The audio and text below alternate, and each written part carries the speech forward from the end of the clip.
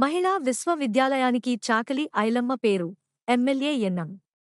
చాకలి ఐలమ్మ 129వ జయంతిని పురస్కరించుకుని చాకలి ఐలమ్మ చౌరస్తా, రైల్వే స్టేషన్ చౌరస్తా లో రజక పోరాట సమితి ఆధ్వర్యంలో అన్నదాన కార్యక్రమం నిర్వహించడం జరిగింది. ఎంతో చరిత్ర కలిగిన మహిళా విశ్వవిద్యాలయానికి చాకలి ఐలమ్మ విశ్వవిద్యాలయంగా నామకరణం చేయడం గొప్ప చారిత్రాత్మక నిర్ణయం అని మహబూబ్ నగర్ ఎమ్మెల్యే ఎన్నం శ్రీనివాస్ రెడ్డి అన్నారు.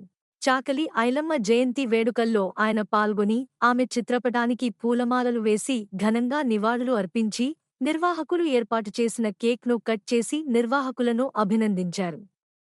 అనంతరం ఆయన మాట్లాడుతూ జనాభాలో సగభాగం ఉన్న మహిళల కోసం వారి సంక్షేమానికి ఈ ప్రజాప్రభుత్వం కృతనిశ్చయంతో ఉందని ఆయన స్పష్టం చేశారు. చాకలి ఐలమ్మ వారసురాలికి మహిళా కమిషన్ సభ్యురాలుగా నియమించి ఆమెకు గౌరవం ఇవ్వడం జరిగింది అని ఆయన తెలిపారు. చాకలి ఐలమ్మ నాడు చూపిన ధైర్యాన్ని, పోరాట స్ఫూర్తిని మహిళలు అందిపుచ్చుకోవాలని ఆయన సూచించారు. ఆమె చరిత్రను భావితరాలకు అందించాల్సిన అవసరం మరియు బాధ్యత మనందరిపై ఉందని అందుకే ఆమె వీరగాథను పాఠ్య పుస్తకాలలో పొందుపరిచి అందించాలని ఆయన చెప్పారు.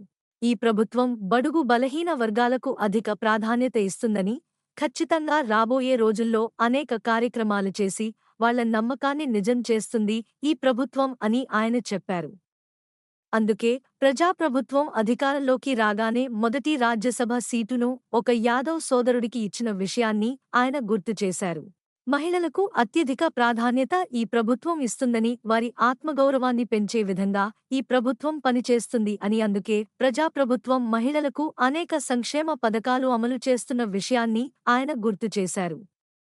అనంతరం రజక రిజర్వేషన్ పోరాట సమితి ఆధ్వర్యంలో ఏర్పాటు చేసిన అన్నప్రసాద కార్యక్రమాన్ని ఆయన ప్రారంభించారు. ఈ కార్యక్రమంలో market committee chairman Bekkeri Anitha Madhusudan Reddy, vice chairman పెద్ద విజయ్ కుమార్, డిసిసి ప్రధాన కార్యదర్శి సిరాజ్ ఖాద్రి, సత్తూర్ చంద్రకుమార్ గౌడ్, లక్ష్మణ్ యాదవ్, ఎల్లంగారి భరత్ కుమార్, రాములు యాదవ్, నగేష్, భరత్, చంద్రమౌళి, మహేష్, బండారి బాలు, శేఖర్, సాయి మరియు రజక రిజర్వేషన్ పోరాట సమితి సభ్యులు పాల్గొన్నారు.